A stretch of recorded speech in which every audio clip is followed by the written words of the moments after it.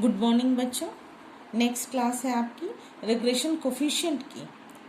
क्या होता है regression coefficient? Regression coefficient is an algebraic measurement of the slope of the regression line। प्रतिगमन गुणांक प्रतिगमन रेखा के ढलान का बीजगणितीय माप होता है। This coefficient indicates that if there is a unit change in the value of one variable, then what will be the average changes in the values of other variable। गुणांक इस बात को स्पष्ट करता है कि यदि एक श्रेणी के चल मूल्य की इकाई में परिवर्तन किया जाता है तो दूसरी श्रेणी के चल मूल्य में औसतन क्या परिवर्तन होगा। तो as there are two regression equation, so there are two regression coefficient also। जैसे प्रतिगमन रेखाएं दो होती हैं उसी तरीके से समीकरण भी उसी तरीके से प्रतिगमन गुणांक भी दो होते हैं। एक होता है x on y और दूसरा होता है y on x। बच्चों देखिए कैसे होता है।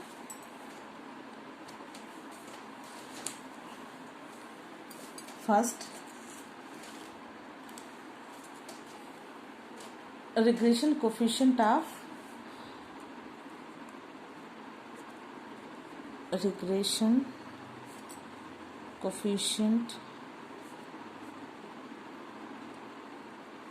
regression coefficient of x on y।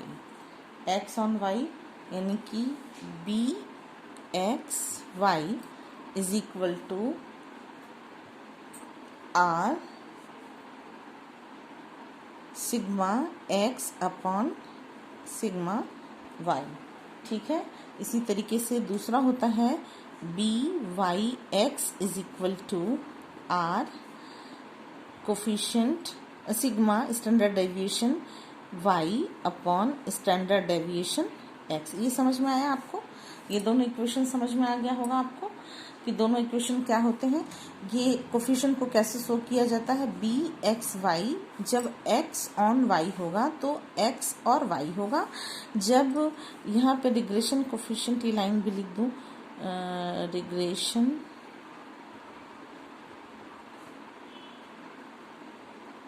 Coefficient क्या होता है। रिग्रेशन कोफिशिएंट होता है ऑफ वाई ऑन एक्स, तो हो जाएगा b y x is equal to r sigma Y upon sigma x. तो आर की वैल्यू बच्चों देखिए ये दो दिए हुए हैं, इसको डिफरेंट तरीके से लिख करके दिखाया गया है। इसको ऐसे भी लिखा जा सकता है b x Y is equal to r की जगह पे हम लोग आर न लिख करके ये लिख सकते हैं sigma d x d y upon sigma d y d square y. ये भी कर सकते हैं। ठीक है। इसको इस तरीके से भी कर सकते हैं sigma x Y is equal to sigma d x d y into N minus sigma d x into sigma d y एक ब्रैकेट में करके, और नीचे जो है डिवीज़न कर सकते हैं हम लोग sigma d square y into N minus sigma d y का होल स्क्वायर। ये भी कर सकते हैं, ऐसे भी कर सकते हैं, इसको ऐसे भी निकाला जा सकता है।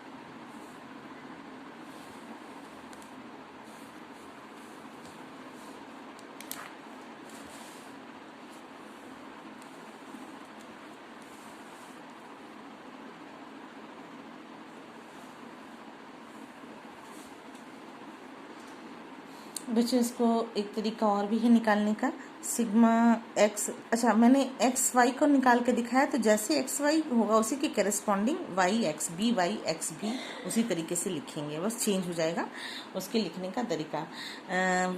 B x Y is equal to होगा sigma x Y into N minus sigma x into sigma Y upon sigma Y का square into N minus sigma Y का होल स्क्वायर। इसी तरीके से आप इसको भी लिख सकते हैं। ये जो है आपका, यहाँ पे आप इसको ऐसे लिख सकते हैं,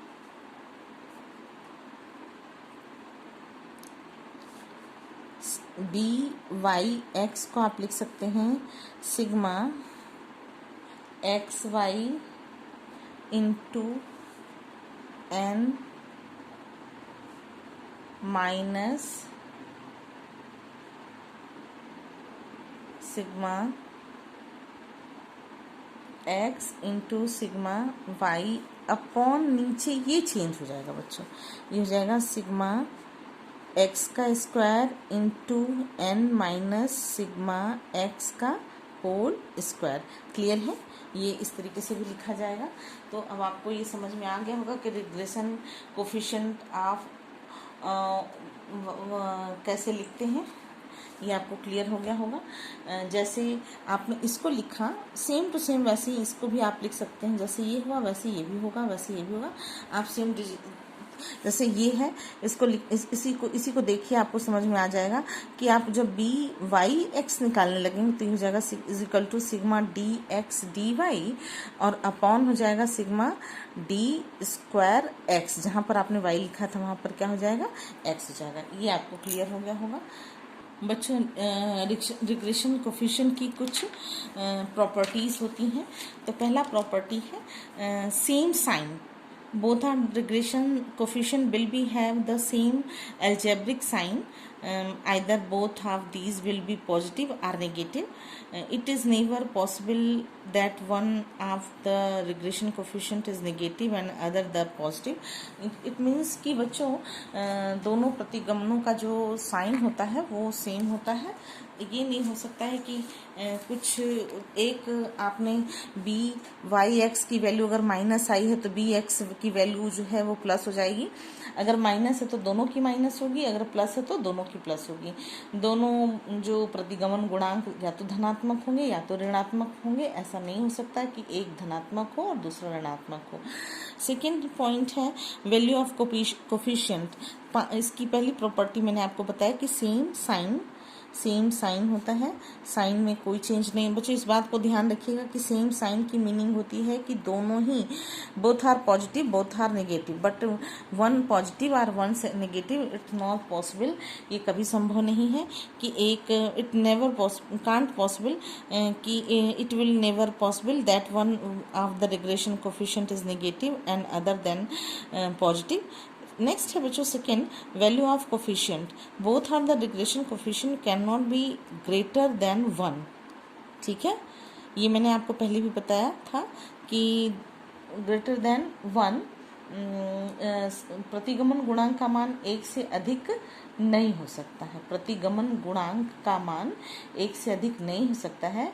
यदि प्रतिगमन गुणांक का मान 1 से अधिक होता है तो दूसरा गुणांक 1 से कम अवश्य होगा, क्योंकि दोनों प्रतिगमन गुणांक का गुणनफल कभी भी 1 से अधिक नहीं आएगा। आप इसको ऐसे समझ लीजिए कि b x Y into b y x is not greater than 1। ठीक है, आप इस बात को ध्यान रखिएगा कि 1 से कभी भी दोनों बड़े नहीं हो सकते हैं। एक की मान लीजिए कभी कभी एक की वैल्यू ज़्यादा आ गई 1 से तो दूसरे की 1 से कम ही आएगी। दोनों की कभी भी वैल्यू 1 से ज़्यादा नहीं हो सकती है। क्लियर है बच्चों? ये इस बात को याद रखिएगा कि both are regression coefficient can not be greater than 1। It means if one of the regression coefficient is greater than 1 the other must be definitely be less than 1 because it multiplication of two regression coefficient cannot be more than 1. In other word bxy into byx is greater than 1। ये कभी कभी true and false में पूछा जाता है कि क्या ये ट्रू है, तो आप बच्चों इसको ट्रू मानिएगा क्योंकि ट्रू है। ये x Y into b y x is not greater than 1। Okay, कभी भी 1 से बड़ा नहीं होता है, हमेशा इनसे 1 बड़ा होता है। थर्ड पॉइंट है, थर्ड प्रॉपर्टी इसकी है कोरिलेशन से संबंधित है बच्चों, कि जब आप कैलकुलेशन ऑफ कोरिलेशन कोफिशिएंट, तो कोरिलेशन कोफिशिएंट इज आर, आप जानते हैं आर से डिनोट करते हैं इसको। जब आपने आर से डिनोट किया तो आर इज इक्वल टू होता है under root b x Y into b y x. ठीक है, ये क्लियर है कि प्रतिग्रम आर की वैल्यू आप निकाल सकते हैं। फोर्थ प्रॉपर्टीज की होती है, फोर्थ प्रॉपर्टी है बच्चों sign of correlation coefficient. Sign of correlation coefficient, the coefficient of correlation will be same sign as the regression coefficient. It means regression coefficient have a negative sign, then correlation coefficient will also negative, and if regression coefficient have a positive sign, then R will be positive। बच्चों ये ध्यान रखिएगा कि जो sign होता है प्रतिगमन गुणांक के आधार पर सहसंबंध के गुणांक के चिन्ह का भी निर्धारण किया जाता है। सहसंबंध गुणांक का चिन्ह प्रतिगमन गुणांक के चिन्ह से निर्धारित होता है। यदि प्रतिगमन गुणांक धनात्मक है तो सहसंबंध गुणांक भी धनात्मक होगा, और प्रतिगमन गुणांक के ऋणात्मक होने पर सहसंबंध गुणांक भी ऋणात्मक होगा। नेक्स्ट बच्चों पांचवा है इसका कि mean and coefficient of correlation. Mean of coefficient of correlation की मीनिंग होती है कि b x y plus b y x divided by 2 is equal to mean is greater than is less than r. ठीक है बच्चों, arithmetic mean of both regression coefficient will be equal to or greater than the coefficient of correlation symbolically. ठीक है, इसका मतलब ये होता है कि माध्य का सहसंबंध गुणांक से अधिक होना। सहसंबंध गुणांक से जो मीन होता है वो हमेशा ग्रेटर होता है। दोनों प्रतिगमन गुणांकों का माध्य सहसंबंध गुणांक के बराबर होगा या अधिक होगा। फिर से सुन लीजिए कि कोरिलेशन कम बच्चों, कोरिलेशन कम, और ये साइन थोड़ा सा मिस्टेक कर रहा है, ग्रेटर देन लेस देन, ये साइन उल्टा लग गया है, ये साइन ऐसे होगा, ये साइन बच्चों ऐसे होगा। ठीक है, ये ऐसे होगा, ये लेस देन होगा, यानी कि माध्य का सहसंबंध गुणांक से अधिक होना। Mean and coefficient of correlation, arithmetic mean of both regression coefficient will be equal or to greater than the coefficient of correlation symbolically. Meaning समझ में आ गया आपको। फिर 6 पॉइंट भी इसका है, एक regression coefficient are independent of change of origin but not scale, but not of scale. कहने का मतलब कि प्रतिगमन गुणांक उद्गम से स्वतंत्र होता है लेकिन माप से स्वतंत्र नहीं होते हैं, स्केल से स्वतंत्र नहीं होते हैं। ठीक है बच्चों, 6 प्रॉपर्टीज़ हैं इसकी, इसको आप केयरफुली देख लीजिएगा कि सेम साइन होता है, 1 से छोटा होता है।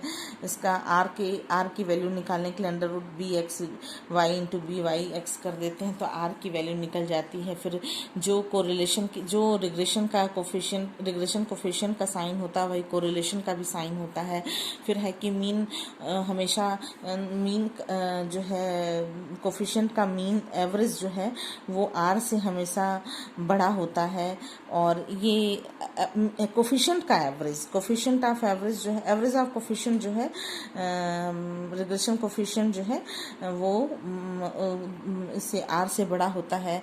फिर लास्ट है कि regression coefficient are independence of change of origin but not of scale. ठीक है बच्चों, ये आपका नेक्स्ट जो है कोफिशिएंट क्लियर हुआ। इस पे 1-2 न्यूमेरिकल भी आपको करा दूंगी।